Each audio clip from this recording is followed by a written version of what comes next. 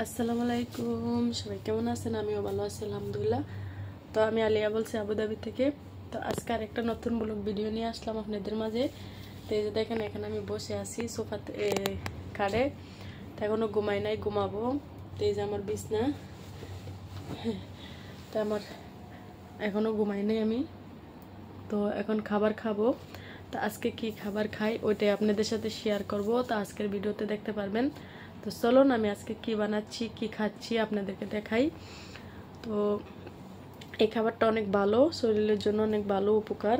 তো আপনারা চাইলে বানায় খাইতেই পারেন। এটা সালাদের মতন। তো এখানে আরও অনেক কিছু দেওয়া যায়, কিন্তু আমি দেই নাই। এখন রাত্রের বেলা অনেক সময় হয়ে গেছে, লেট হয়ে গেছে।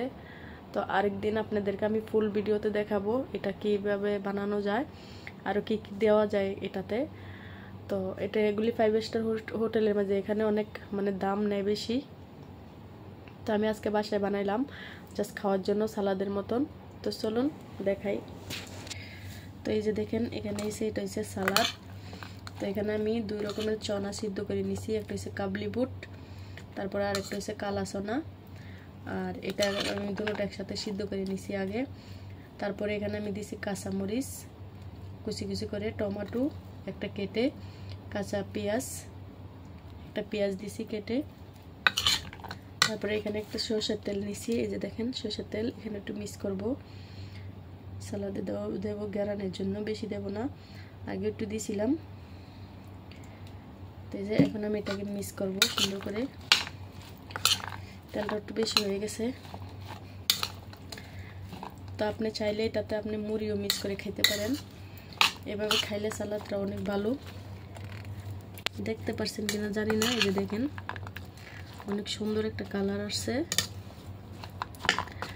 এখন আমি এটা খাবো রাত্রের বেলা। তো এই যে অনেক সুন্দর একটা সালাদ, যে বিকালবেলা এটা বানায় খাইতে পারেন চার সাথে বসে। এই যে এখন আমি খাড়ে বসছি, এখন আমি খাবো এই সালাদটা যেটা আমি বানাইছি, আপনাদেরকে তো শেয়ার করলাম। অনেক একটা মজাদার সালাদ এটা। তো যে যে খাইতে চান আমার ভিডিওতে দেখবেন। তো আমি কালকে আপনাদেরকে ফুল ভিডিও দেখাবো এটা কিভাবে বানানো যায় সালাদটা।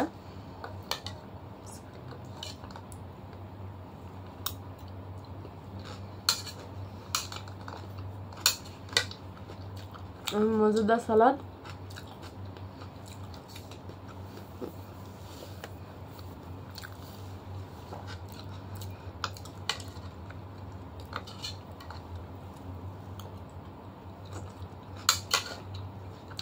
সব ভালো থাকবেন।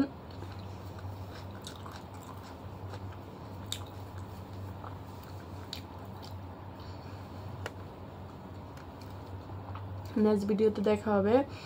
সব আমার চ্যানেলটা সাবস্ক্রাইব করে রাখবেন, আর চ্যানেলটা সাবস্ক্রাইব করবেন, আমার পাশে থাকবেন।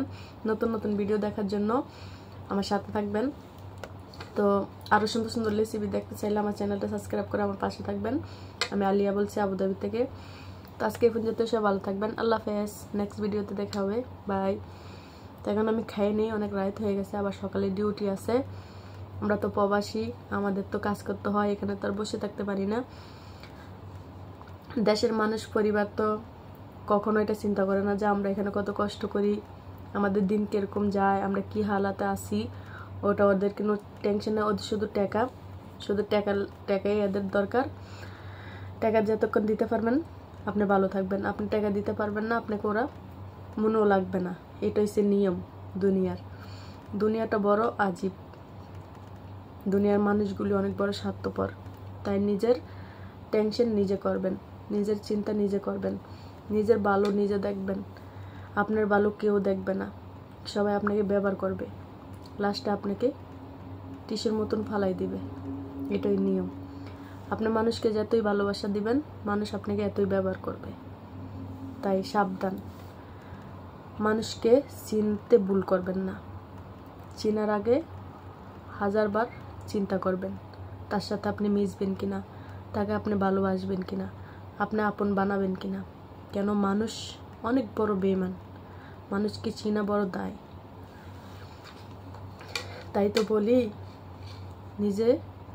নিজের কাছে আপন হন, কারো কাছে আপন হওয়ার দরকার নেই আপনার। যদি ভালো মানুষ হয় তাহলে আপনার পাশে থাকবে, আপনাকে সাপোর্ট করবে, আপনাকে কষ্ট দিবে না, আপনার দুর্বলতার সুযোগ নিয়ে আপনার সাথে ব্ল্যাকমেল করবে না, আপনাকে কষ্ট দিবে না।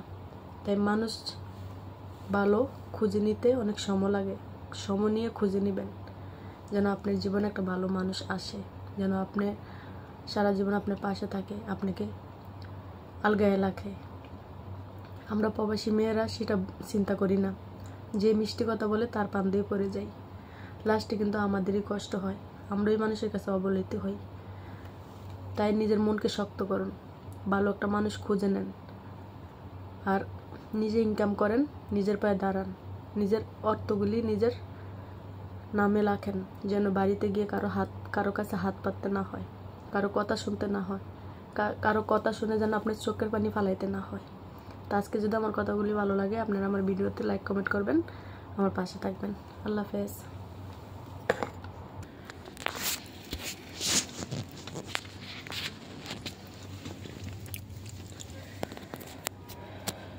মা